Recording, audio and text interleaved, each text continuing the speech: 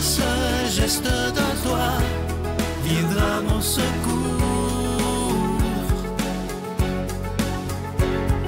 Viens semer dans mon âme le grain de l'amour. Je traverse un désert et je meurs de soif. Montre-moi le mystère qui garde la foi. Bonjour et bienvenue à votre émission La Victoire de l'amour en ce mardi 25 octobre 2022. J'espère que vous allez bien à la maison. On rejoint tout de suite pour sa chronique William Baudouin et à l'homélie, ce sera le père Emmanuel Zetino.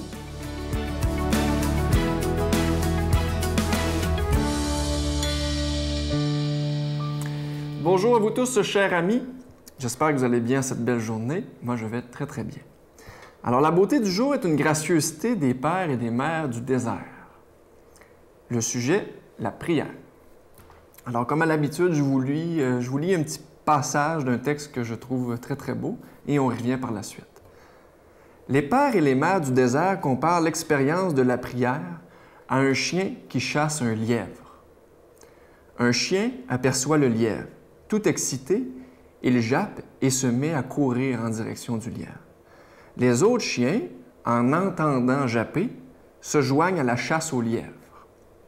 Mais tôt ou tard, les chiens qui ont seulement entendu japper abandonnent. Ceux qui ont vu le lièvre, cependant, continuent de courir.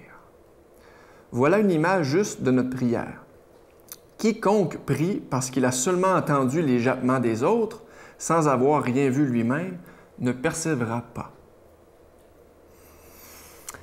Je trouvais cette petite histoire très intéressante, encore une fois, pour introduire le sujet d'aujourd'hui, la prière. Entendons-nous, je ne suis pas du tout un expert de la prière. Je sais qu'il existe toutes sortes de méthodes de prière et tout ça. Le but de la chronique d'aujourd'hui, c'est pas d'explorer ça. À mon sens, la prière, peu importe le nom qu'on lui donne, peu importe la technique, c'est aller à l'intérieur de soi, puis c'est de vivre une relation intime, de proximité avec le tout autre, avec Dieu, avec l'univers, peu importe comment vous l'appelez. Moi, je garde ça le plus simple possible. Aujourd'hui, moi, je voulais vous confier que moi, je me reconnais assez bien dans les chiens qui courent parce que quelques chiens ont vu ou entendu le lièvre. Pendant longtemps, en fait, j'étais de ces chiens qui suivaient le groupe, sans avoir moi-même vu, aperçu le dit lièvre. Puis, j'ai l'impression que c'est correct, ça aussi, ce parcours-là. À un moment donné, d'embarquer dans un cheminement spirituel, dans un développement personnel, de s'inspirer de ce que les autres ont vécu, ont vu, ont entendu. Je pense que c'est tout à fait naturel. Cependant, je pense par contre qu'il est naturel, voire important, d'un jour s'arrêter, faire silence et écouter ce qui se passe vraiment en nous. Entendons-nous, je continue à lire des écrits sur les saints, je continue à lire des ouvrages, assister à des conférences. J'aime être nourri des autres. Mais aujourd'hui, je le suis parce que moi, j'ai vu aussi ou j'ai entendu le lièvre dans l'histoire. Je pense qu'elle est là, la nuance. C'est qu'un jour, c'est beau de s'inspirer des autres, c'est beau d'entendre ce que, par exemple, les chroniqueurs de la Victoire de l'amour disent, mais l'invitation que je vous fais aujourd'hui, c'est d'aller au fond de vous et de vivre vous-même cette intimité-là avec Dieu, avec le tout autre. C'est bien, comme je le disais, c'est bien de suivre la masse, c'est bien d'être inspiré, mais rappelez-vous que l'essence du message d'aujourd'hui et des pères et des mères du désert, c'est l'intimité, la proximité dans la prière. Alors sur ça, je vous souhaite une excellente semaine à l'intérieur de vous-même. Notre Père qui es aux cieux, que ton nom soit sanctifié, que ton règne vienne, que ta volonté soit faite sur la terre comme au ciel. Donne-nous aujourd'hui notre pain de ce jour. Pardonne-nous nos offenses, comme nous pardonnons aussi à ceux qui nous ont offensés. Et ne nous laisse pas entrer en tentation, mais délivre-nous du mal, car c'est à toi qu'appartiennent le règne, la puissance et la gloire pour les siècles des siècles. Amen. Je continuerai à croire, même si tout le monde perd espoir. Je continuerai à aimer, même si les autres parlent de haine. Je continuerai à construire, même si les autres détruisent. Je continuerai à parler de paix, même au milieu d'une guerre. Je dessinerai des sourires sur des visages en larmes et je tendrai les bras à ceux qui se sentent épuisés. Oui, je continuerai à croire. Encore une fois, je vous parle de mon tout nouveau livre qui s'intitule « La vie après la mort », ce que Jésus nous promet. Il est tout nouveau depuis le début du mois d'octobre. J'y ai mis tout mon cœur. Comme je vous le dis depuis le début du mois, il est écrit en gros caractères, il est facile à lire. Et comme je vous disais la semaine dernière, moi, j'ai longtemps eu très peur de la mort. Ça en était épouvantable. Mais avec le temps, en vieillissant, j'ai appris à l'apprivoiser et j'essaie même de m'en faire une amie. Et c'est ce que je vous propose dans le livre.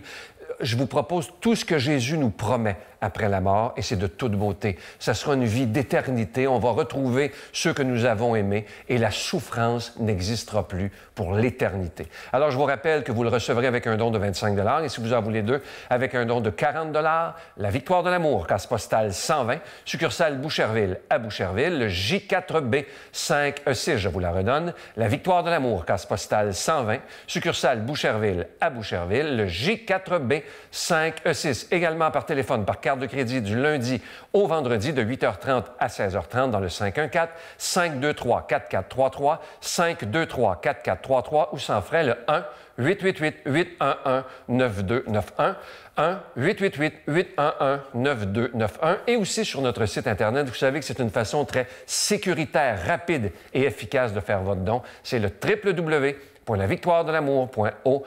Je vous rappelle le titre du livre, « La vie après la mort, ce que Jésus nous promet » et en sous-titre, « On ne s'éteindra jamais ». Je trouve ça beau et sécurisant de savoir que finalement, notre vie, elle n'aura jamais de fin. Merci de tout cœur.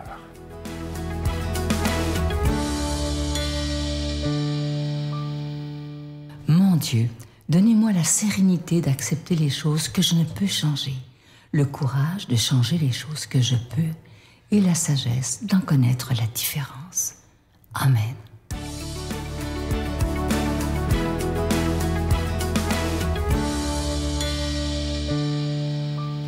Le Seigneur soit avec vous. Évangile de Jésus-Christ selon saint Luc. Jésus disait à la foule, « À quoi le règne de Dieu est-il comparable? À quoi vais-je le comparer? Il est comparable à une graine de moutarde qu'un homme a jetée dans son jardin. Elle a poussé, elle est devenue un arbre, et les oiseaux du ciel ont fait leur nid dans ses branches. » Il dit encore, « À quoi vais-je comparer le règne de Dieu? Il est comparable à du levain qu'une femme enfouit dans 3 grandes mesures de farine, jusqu'à ce que toute la pâte est levée. » Acclamons la parole de Dieu. Alors Jésus vient toujours avec des exemples très concrets, nous illustrer la réalité du règne de Dieu ou la réalité de cette bonne nouvelle qu'il annonce. C'est certain que pour nous, qui maintenant sommes plus dans la ville, c'est parfois un peu plus difficile à comprendre, où on n'a pas cet exemple-là matériel pour pouvoir saisir ces exemples-là. Il faut faire un peu de jardinage pour comprendre cette graine de moutarde qui grandit et qui devient un arbre. Il faut faire un peu de cuisine pour savoir que même si le levain est amer, on en a besoin absolument dans le pain, puis il doit être dans toute la pâte pour que la pâte puisse lever. Je vous partage une expérience que j'ai vécue parce que justement, le chemin de Compostelle passe par des endroits que nous ne sommes pas habitués. Donc, on passait parfois par des vignes, parfois par des champs. Donc, un côté un peu plus de campagne. Et pendant qu'on marchait, à un moment donné, j'ai vu une maman, disons, mouton, avec ses agneaux. Et vous pouvez vous imaginer comment un prêtre réagit avec des agneaux, parce que la première image que l'on veut, c'est le prendre dans nos épaules et prendre la photo du bon pasteur. Alors, en voyant les petits agneaux, c'est ce que j'ai essayé de faire. Mais ça n'a pas été un succès, parce que la maman, elle était, disons, enchaînée parce qu'elle devait rester là. Et les agneaux, eux, étaient en liberté. Alors, je me suis dit, bien, ça va être facile, ils doivent être tout doux, pouvoir les prendre. J'en prends un sur mes épaules, et puis on prend la photo et c'est fait. Je me suis dit, au cas où, je vais aller voir si le propriétaire est là pour pas qu'il pense que je veux partir avec. Je n'ai pas trouvé le propriétaire, donc je me suis dit, bon, je vais faire la tentative, ça n'a pas l'air trop compliqué. Et en m'approchant des agneaux, c'est là où je me suis rendu compte que justement, les exemples que le Seigneur donne sont très concrets et sont très vrais. Parce que c'est là où j'ai vu que les brebis ne suivent pas n'importe quel pasteur. J'essayais par la gauche, j'essayais par la droite, je retenais leur mère le plus proche possible pour essayer d'en attraper un, et je n'ai pas réussi. Ils ne se laissaient pas attraper parce que je n'étais pas le berger qu'ils reconnaissaient. Je n'étais pas leur propriétaire, je n'étais pas ce pasteur-là qu'ils pouvaient reconnaître et avoir confiance. Ils ne me connaissaient pas et ne se laissaient pas prendre. Et c'est là où je me dis, bien, justement, le règne de Dieu, ces paraboles, ces exemples que le Seigneur donne au concret, nous aident à voir cette réalité de la foi. Justement, pour nous, suivre le bon berger, reconnaître sa voix, c'est justement ne pas nous laisser influencer ou ne pas nous laisser mener par d'autres voies qui nous éloignent de Dieu. Ici, le règne de Dieu qui est illustré, c'est justement le levain qui est tout petit, une petite quantité dans toute la pâte, mais en même temps, c'est grâce à ce levain que toute la pâte peut lever. Parfois, on se rend compte et on se dit, bien, comme croyant, on est une petite quantité où on pense qu'on est toujours de moins en moins, mais en même temps, le Seigneur peut, si on l'écoute et on répond à son appel, justement, être comme ce levain qui change toute la face de la terre. Alors, voir dans ces exemples, ce n'est pas juste penser que c'est des exemples qui viennent du temps passé, mais c'est de voir que dans l'actualité, cette parole est toujours efficace. Et au jour le jour, nous sommes appelés à pouvoir suivre ces paroles, à pouvoir les vivre, à pouvoir les rendre concrètes. Faisons confiance dans cette semence qui est justement l'amour de Dieu autour de nous. Essayons de suivre et de prendre soin de cette semence que nous plantons pour pouvoir donner cet amour et cette espérance du règne de Dieu aux personnes autour de nous qui peut-être ne voient plus espérance ou ne croient plus en rien.